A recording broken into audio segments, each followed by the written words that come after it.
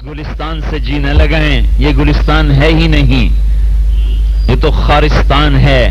اللہ کے گلستان سے جی لگائیں، جس کا راستہ اس کو راضی کرنا ہے، توبہ کرنا ہے، اس کے حکموں پہ چلنا ہے، اس کے قرآن کو سامنے رکھ کے چلنا ہے۔ تبلیغ کا کام اسی کو سیکھنے کی محنت ہے، یہ کوئی جماعت نہیں جو ہم بار بار محنت کرتے ہیں بھائیو اللہ کے واسطے اللہ کے راستے میں جاؤ، تبلیغ میں جاؤ، تبلیغ میں جاؤ، کہ تربیت کے بغیر دین نہیں آتا۔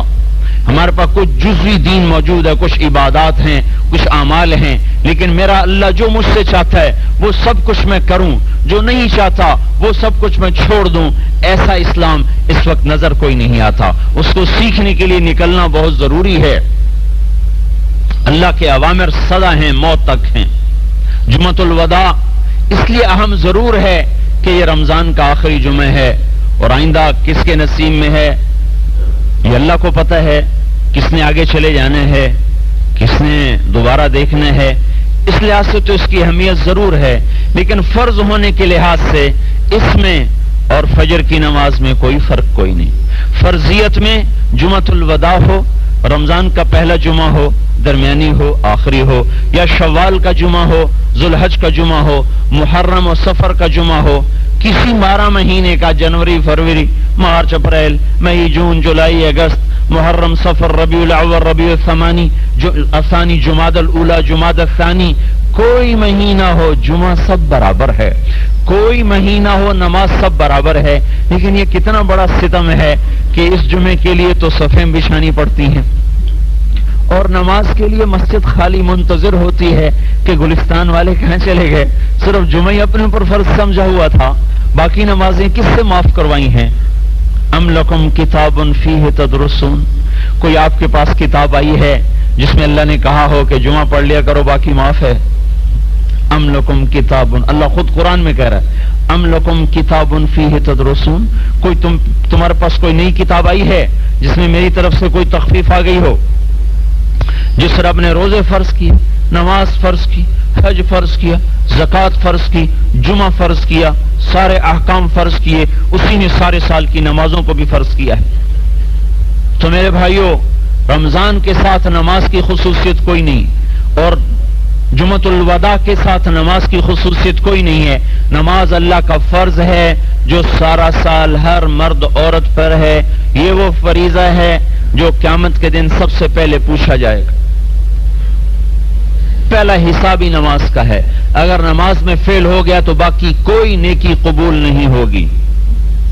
شہید بھی ہوا اور نماز نہیں ہے تو شہادت بھی مردود ہو جائے گی۔ شہید ہو گیا، کافروں کے مقابلے میں لڑتے ہوئے شہید ہو گیا، لیکن اگر بے نمازی ہے تو یہ نماز اس کو بے نماز ہونا جہنم میں لے جائے گا۔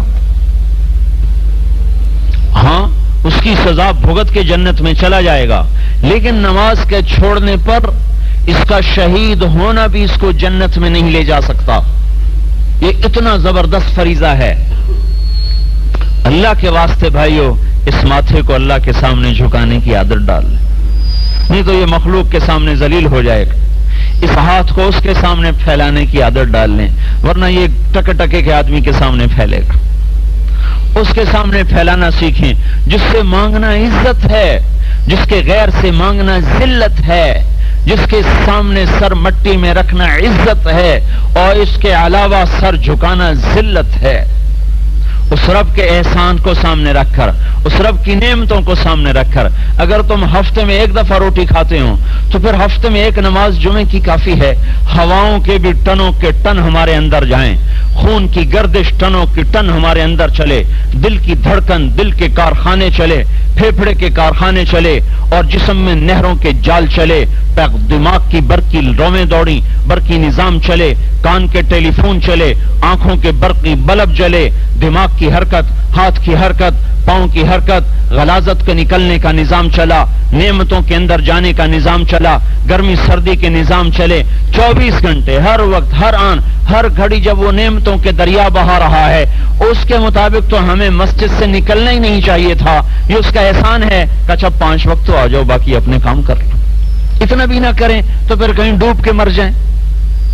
جس رب کی زمین پہ رہنا ہے تو اس کے فرما بردار بن کر رہیں۔ جس رب کا رزق کھانا ہے تو اس کے فرما بردار بن کے رہیں، جس رب کو جان دینی ہے تو اس کے لیے تیاری کر کے چلیں، جس کو حساب دینا ہے تو اس حساب کے لیے اپنے آپ کو تیار کر کے چلیں۔ اس غفلت میں نہ مر جائیں میرے بھائیوں، ورنہ سوائے ہلاکت کے کچھ نہیں ہوگا۔